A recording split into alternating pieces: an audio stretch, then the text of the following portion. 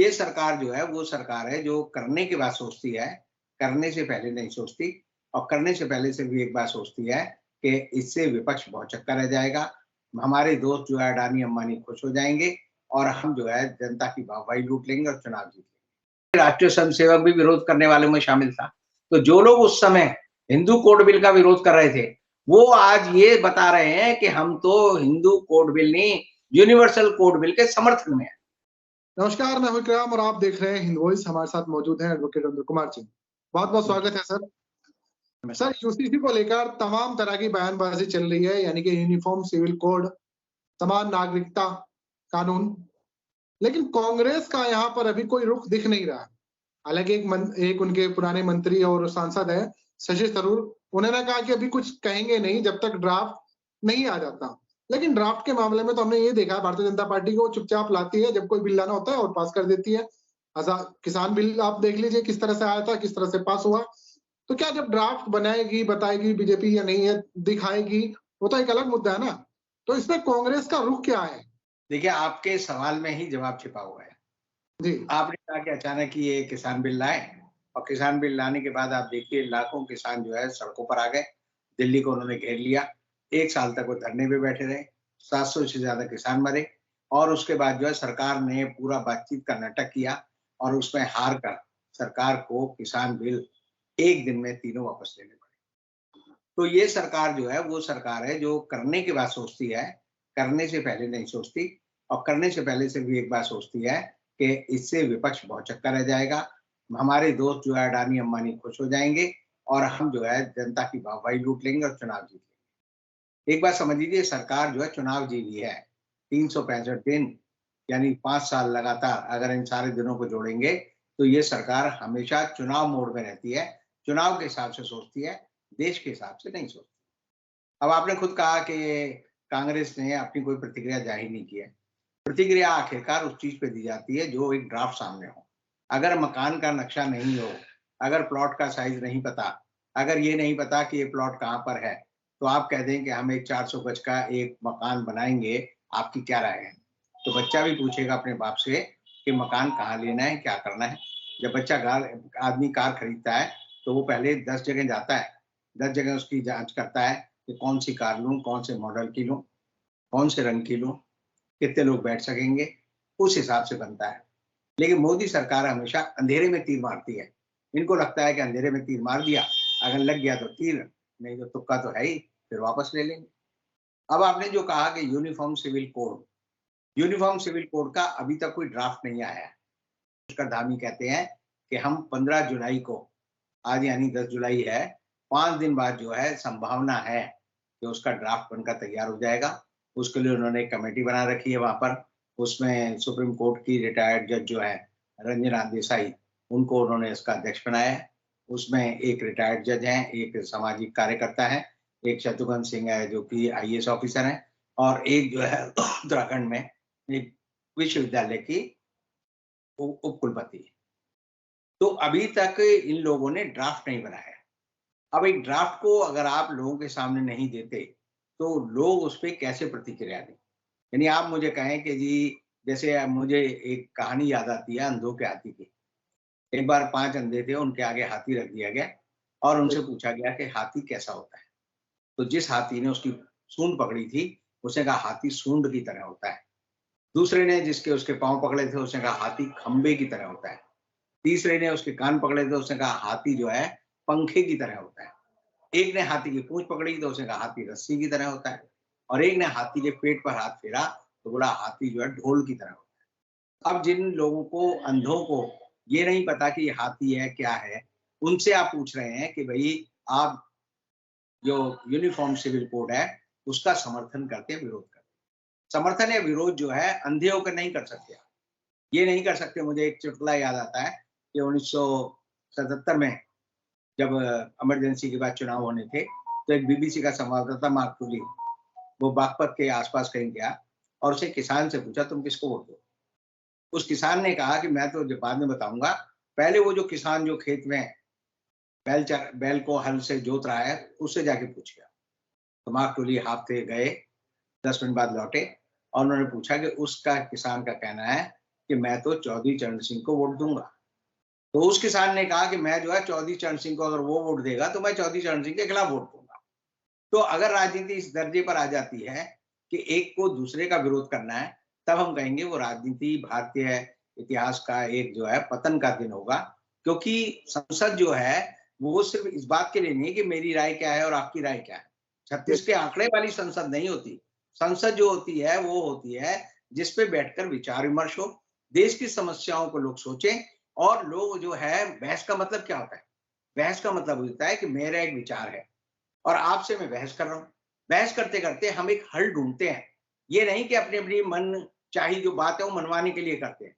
तो पति-पत्नी वाला जैसे रिश्ता नहीं है कि पति ने कहा कि भई शिमला जाना है तो पत्नी ने कहा कि हमें शिमला नहीं जाना, हमें तो नैनीताल जाना है। रिश्ता जो है संसद में देश के भले के लिए है। विचारों को सुनकर एक आदमी का मन बदल सकता है, ये हम मानते हैं। तर्क में ताकत होती है। तर्क में अगर ताकत ना हो तो अदालतें बंद हो जाएँ। लोग कहें जी भाई तर्क तो नहीं चलना। जज साहब कहें जी अच्छा तुम दोनों आए हो, एक रेखा खींच दें और दोनों की पिटीशन फेंक दें। जिसकी पिटीशन उस रेखा के पार चली जाए, वो कह दें भाई तू जीत गया, जिसकी इधर रह जाए वो हार गया। तो इस तरह से देश, संसद, विधान नहीं बनते। संसद का मतलब है विधान बनाने वाली। अब विधान बनाने वाली संस्था अगर विधान बनाने से पहले विचार नहीं करेगी, तो वो क्या करेगी? क्या जुआरी हमने बैठा रखे हैं? क्या हमने वो लोग बैठा रखे हैं जो कहते हैं जी सट्टा कैसे लगाया जाए, उस तरह की बात करनी है? एक चीज का मंतव्य आपका क्या है? एक-एक शब्द पर बहस होती है। यानी आप समझिए भारतीय संविधान में जब बहस हुई और ये हुआ कि क्या देश में हिंदी भाषा रहनी चाहिए, नहीं रहनी चाहिए, राष्ट्र भाषा या ऑफिशियल लैंग्वेज, तो उसमें ये कहा गया कि भारत के संविधान में कि हिंदी जो है ऑफिशियल लैंग्वेज 15 साल बाद बनेगी और वो शब्द था विल और शैल। विल और शैल को लेकर बहस हुई और आज भी संसद में हम बहस करते हैं। यानी एक आईपीसी है जिसको लेके वकील जो है हर मुकदमे में पूरी बहस करते हैं और आप देखेंगे कि अगर जो सर्वोच्च न्यायालय या हाई कोर्ट है, वहाँ पर जो बहस होती है एक-एक शब्द को लेकर होती है कि जो फ्रेमर्स ऑफ द कॉन्स्टिट्यूशन है, जिन्होंने देश का संविधान बनाया है, उसका मंतव्य क्या था, वो क्या चाहते थे। इसीलिए हमेशा पार्लियामेंट की डिबेट, जिसे हम कहते हैं कॉन्स्टिट्यूएंट असेंबली की डिबेट, संसद विधान बनाने वाली संसद की वो डिबेट, उसके ऊपर चर्चा होती है आज भी। उनका मंतव्य जाना जाता है और तब आप समझते हैं कि ये बात क्यों है। यही तो शास्त्रार्थ है। लोग जो है क्या करते हैं, कुरान की आयत ली और उसका मंतव्य ढूँढते हैं और उसका अर्थ निकालते हैं। लोग गीता, पुराण या वेद, उनके एक-एक शब्द को ढूँढ कर कहते हैं इसका मतलब क्या था। तो यही तो भाषा की ब्यूटी है, इसीलिए तो शब्दकोश का इस्तेमाल होता है। अब मोदी जी कहते हैं कि हम तो यूनिफ़ॉर्म सिविल कोड लाएँगे। अब यूनिफ़ॉर्म सिविल कोड लाएँगे तो क्या लाएँगे, ये तो बता नहीं रहे। किस धारा में, किस चीज़ में क्या परिवर्तन होगा, ये नहीं बता रहे। अब जो मैंने आपको ये बात कही, समान नागरिक संहिता क्या चीज बदल सकती है? क्या समान हो सकता है सब नागरिकों के लिए? लोग पूछते हैं कि ऐसा समान है, नागरिक संहिता है क्या? देखिए ऐसा है, 2 चीज़ें समान हैं हर आदमी के जीवन में। पहला है वो पैदा होता है और उसके माँ-बाप होते हैं और दूसरा ये वो मर जाता है। ये 2 चीज़ें तो जीवन में समान हैं। अन्यथा आप देखें राम का जीवन और रावण का जीवन, वो अलग-अलग है। जीवन में कोई चीज़ समान नहीं हो सकती। कोई आदमी किसी से प्रेम करता है या घृणा करता है, आप समझिए जीवन बदलता है। अब ये पशु और व्यक्ति दोनों का एक स्वभाव है, इसीलिए सारे जीव-जंतु, सारी वनस्पति, हर चीज़ आप देखेंगे, उनका एक ही लक्ष्य है और उसी से जीवन आगे बढ़ता है।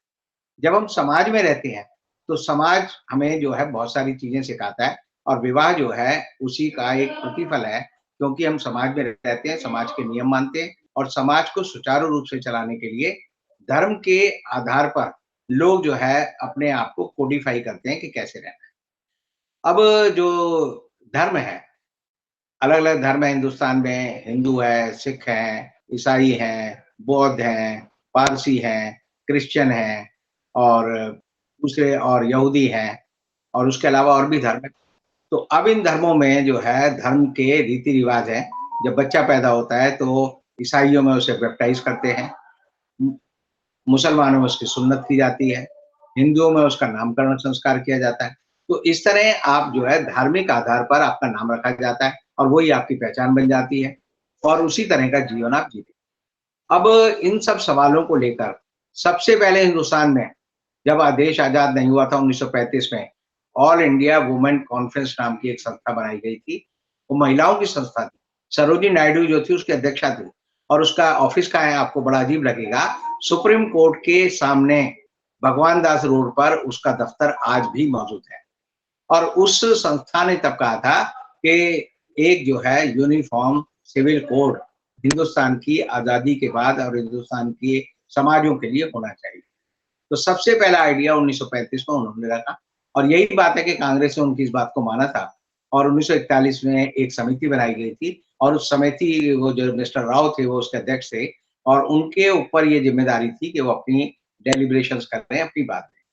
उसके बाद जब संविधान बना देश बन रहा था उस समय जो है इसे directive principles of constitution of state policy में डाला गया और 44वां अनुच्छेद जो है वो इसी बारे में है कि राज्य जो है यूनिफॉर्म सिविल कोड के लिए एंडेवर करेगा, कोशिश करेगा, एकदम लागू नहीं करेगा।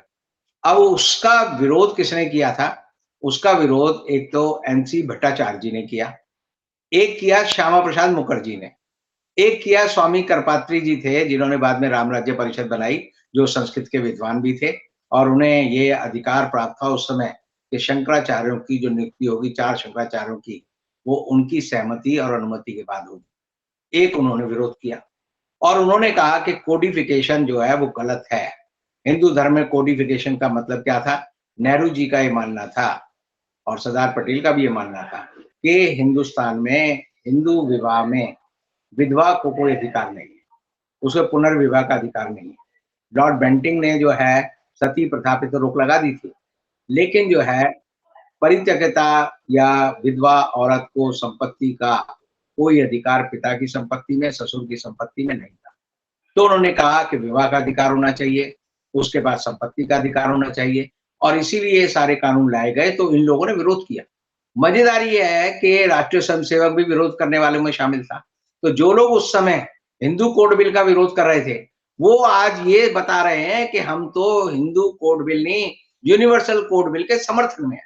आप देखिए जो आदमी शुरू में विरोध कर रहा था, वही उसका समर्थक बना और जिस कांग्रेस ने लाकर ये 4 कानून हिंदू विवाह पद्धति के, यानी पहले नेहरू जी 1954 में स्पेशल मैरिज एक्ट लाए, फिर 1955 में जो है हिंदू मैरिज एक्ट लाए, फिर हिंदू सक्सेशन लॉ एक्ट लाए, फिर वो जो अडॉप्शन और मेंटेनेंस वाला एक्ट लाए और फिर माइनॉरिटी के बाद जो है मेजॉरिटी और दूसरे हक के उनको कैसे उनका लालन पालन किया जाए वो कानून लाए।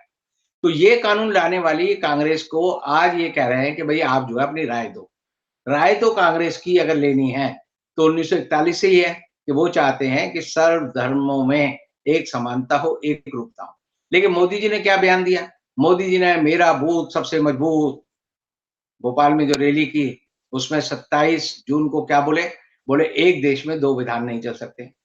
अरे भाई एक देश में 2 विधान नहीं चल सकते, एक देश में 22 भाषाएं चल सकती हैं। मोदी जी कल को कहेंगे एक ही भाषा होनी चाहिए। एक देश में जीएसटी के जो है 51 कानून है अंदर, कहीं 2% लगता है, कहीं 3% लगता है, कहीं 40% लगता है, कहीं 70% लगता है। एक देश में जो है तरह-तरह की सुविधाएं हैं लोगों को। मैं कोट पहनता हूँ, आप हो सकता है अचकन पहने, तीसरा आदमी कहे मैं जी 3 पीस सूट पहनूंगा, चौथा कहेगा सरदार के मैं तो कुर्ता पजामा पहनूंगा, कोई आदमी सर पे पगड़ी रखता है, कोई कहेगा कि मैं जो है कैप रखता हूँ, एक कहेगा जी मैं तो हैट पहनूंगा, एक कहेगा जी मैं गांधी टोपी पहनूंगा, एक कोई कहेगा मैं पगड़ पहनूंगा। तो आप जो है सबकी एकरूपता को समाप्त करने का नारा लेकर ये कहें कि हम एक देश में एक ही विधान चलेगा, दूसरा नहीं चलेगा, ये तो कह सकते हैं कि किसी वर्ग के साथ, किसी समाज के किसी भी हिस्से के साथ अन्याय नहीं होना चाहिए। न्याय सबको मिलना चाहिए। लेकिन उस न्याय को देने के लिए अगर ये सोचें कि हम एक डंडे से एक कानून रात को लाएं और कहें जी सब लोग जो है कल से जो है जैसे मोदी जी ने नोटबंदी में किया कि कल से 5 बजे रात के 12 बजे 500 रुपए का नोट भी बंद, 1000 का नोट भी बंद, फिर उन्होंने कह दिया अचानक एक दिन 2000 के नोट भी बंद हो जाएंगे। तो इस तरह डंडाशाही से राज नहीं चलता।